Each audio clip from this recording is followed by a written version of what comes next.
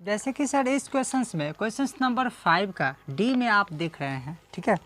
Questions number 5 के D नहीं sir, ये सर आपका क्या है, ये ई नंबर है। ई नंबर में जैसे कि आप देख रहे हैं क्या, ये आपका इस प्रकार का डायग्राम दिया है। इसमें आपसे पूछा है एक्स और वाई का वैल्यू निकालने के लिए। तो एक्स और वाई का वैल्यू हम कैसे निकालेंगे, आइए हम इस चीज़ को सीखते हैं।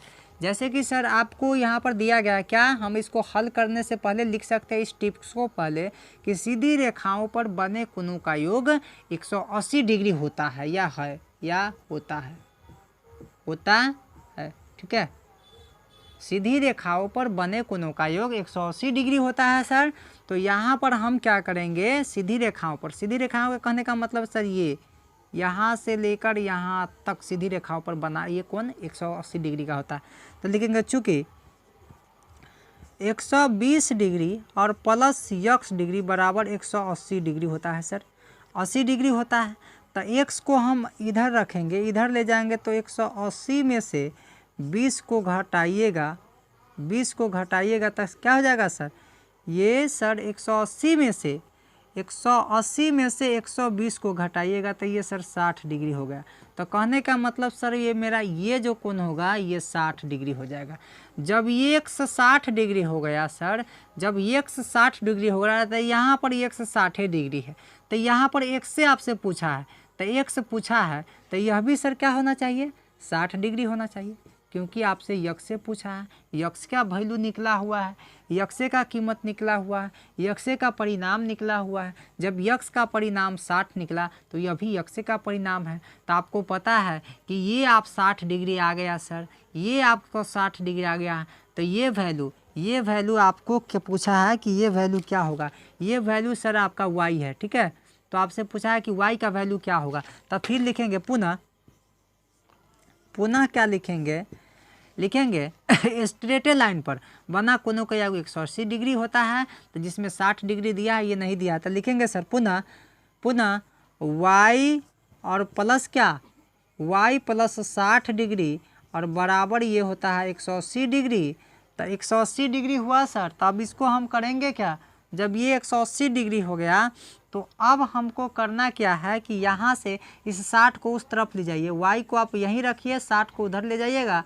तो 180 में से 60 को घटाइएगा तो ये सर आपका y का जो वैल्यू हो जाएगा ये हो जाएगा क्या, 120 डिग्री। कहने का सेंस ये है सर कि y का वैल्यू आपका 120 डिग्री हो जाएगा, y का वैल्यू 120 डिग्री और x का वैल्यू 60 डिग्री, ठीक है। क्या हो जाएगा, x का वैल्यू 60 डिग्री आपका आंसर हो जाएगा।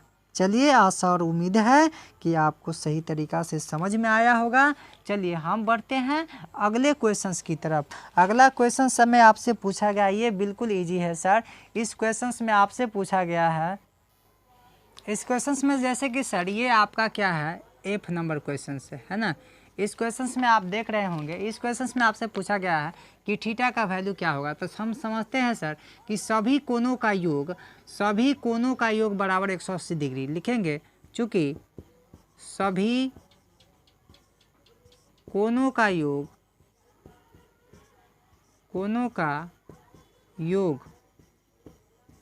बराबर क्या, 180 डिग्री, ठीक है।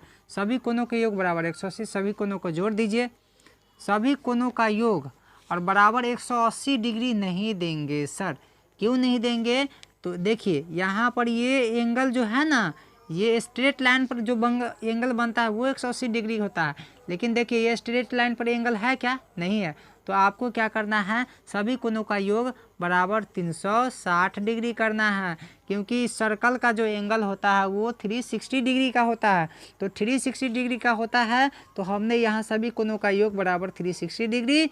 अब यहाँ पर लिख देंगे सर क्या, सभी कोणों का योग कर दीजिए, यानी 4 थीटा और प्लस 2 थीटा और प्लस थीटा और प्लस क्या 3 थीटा बराबर 360 डिग्री। क्या 360 डिग्री बराबर हम लिखेंगे सर 360 डिग्री। अब सभी को जोड़ दीजिए, 4 2 6 3 9 और 1 10, यानी 10